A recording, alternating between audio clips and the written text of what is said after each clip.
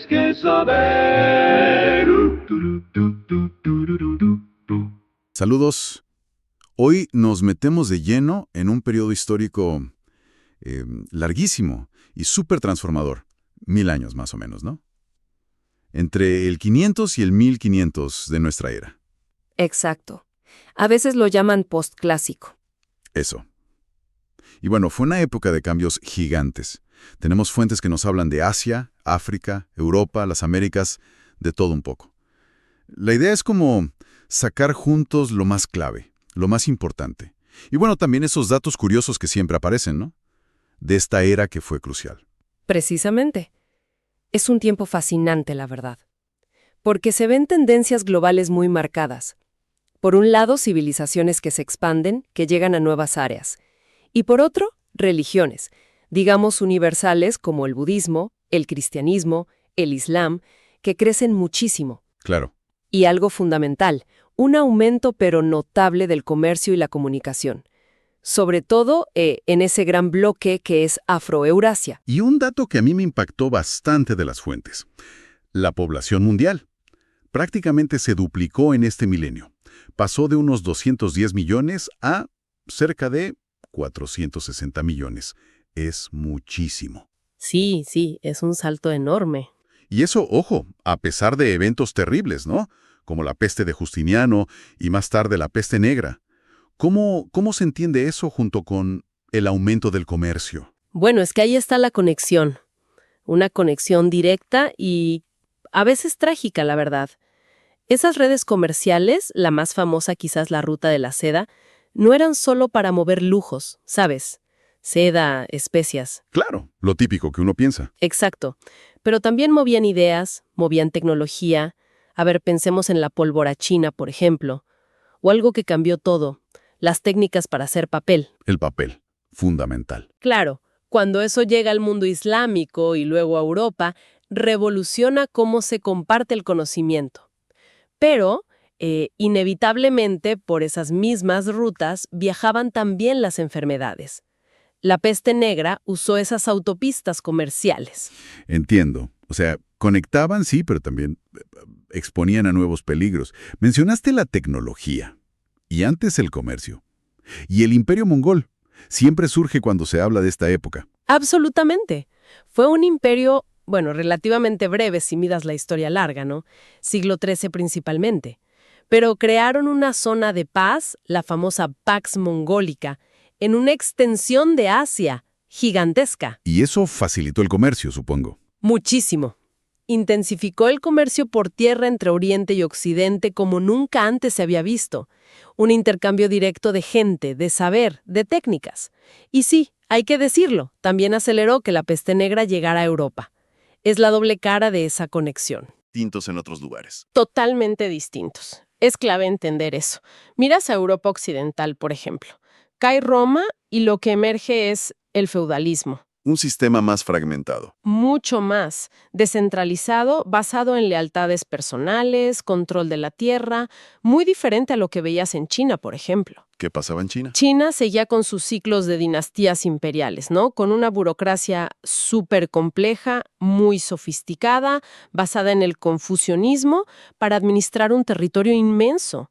Era otro mundo. Y el mundo islámico que mencionaste al principio con las religiones. ¿Cómo fue su desarrollo en esta era? Pues vivió lo que llamamos su edad de oro, sobre todo entre los siglos VIII y XIII más o menos. Y fue clave porque no solo conservaron muchísimo conocimiento filosófico y científico de la Grecia clásica. Que se había perdido en parte de Europa. Exacto, en Europa occidental se había perdido mucho de eso. Pero no solo lo conservaron, lo expandieron. Hicieron avances propios importantísimos en matemáticas, astronomía, medicina, filosofía. Ciudades como Bagdad, Córdoba, eran centros intelectuales de primer nivel mundial. Es increíble esa diversidad. Y, a ver, ¿qué pasaba en regiones que a veces quizás quedan un poco más al margen en estas grandes historias? Pienso en África, en las Américas. Fundamental no olvidarlas, claro que sí. En África Occidental, por ejemplo, tienes imperios comerciales superpotentes como el de Malí. Su rey del siglo XIV, Mansa Musa, es casi legendario por su peregrinaje a la Meca y su riqueza, basada en el oro, Impresionante. ¡Wow! ¿Y en las Américas? Bueno, civilizaciones avanzadísimas. Los mayas en Mesoamérica. Escritura compleja, calendarios de una precisión asombrosa. Y un concepto matemático increíble para la época, el cero. ¿El concepto del cero sí? Revolucionario. Totalmente. Y más al sur, en los Andes, los incas construyeron un imperio enorme, conectadísimo por una red de caminos brutal. Y administraban todo eso con un sistema único, los quipos, cuerdas con nudos para llevar registros. Imagínate. Lo de los quipos es alucinante pensar en nudos como sistema de información compleja. Y mientras todo esto ocurría, ¿qué pasaba allá lejos, en el Pacífico? Otra historia de exploración humana increíble. Los pueblos polinesios eran navegantes excepcionales. Usaban un conocimiento súper sofisticado de las estrellas, las corrientes, los vientos. Sin brújula, como la entendemos hoy. Exacto. Y así, en canoas, navegaron distancias enormes de océano abierto. Colonizaron islas remotísimas, separadas por miles de kilómetros. Hawái, Rapa Nui, la isla de Pascua, Nueva Zelanda. Una hazaña náutica espectacular. Impresionante. Y un detalle cultural que me llamó la atención, un dato curioso. ¿Es verdad que la primera novela del mundo es de esta época? Correcto. La historia de Genji. La escribió Murasaki Shikibu, una dama de la corte japonesa a principios del siglo XI. Es una obra de una profundidad psicológica, una complejidad narrativa que muchos consideran la primera novela moderna. Te da una idea del refinamiento cultural que también existía. Entonces, si intentamos como juntar las piezas, ¿no? Este milenio posclásico que a veces se pinta como oscuro. Lejos de eso. Lejos de eso, sí. Fue un tiempo de un dinamismo enorme. Vemos expansión, interacción global que crece, al menos en Afroeurasia, claro. Desarrollos tecnológicos, culturales, muy importantes. Y se consolidan sistemas de creencias que, bueno, hasta hoy nos marcan. Exactamente. Fue una era de, digamos, de reconstruir sobre las ruinas de los imperios antiguos, pero también de muchísima innovación. Se crean nuevas bases sociales, políticas, económicas. Las conexiones, los intercambios fueron clave. Pero ojo, también los desarrollos propios, las soluciones locales únicas, como los quipus incas o la navegación polinesia que mencionábamos. Queda clarísimo que el mundo premoderno era cualquier cosa menos estático. Era vibrante, complejo, lleno de innovación y desafíos también. ¿Sí?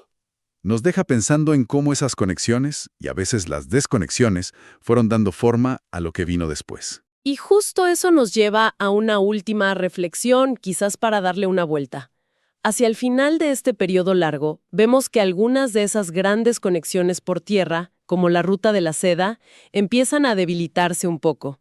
Y eventos como la caída de Constantinopla en 1453 complican más ese comercio tradicional entre Europa y Asia.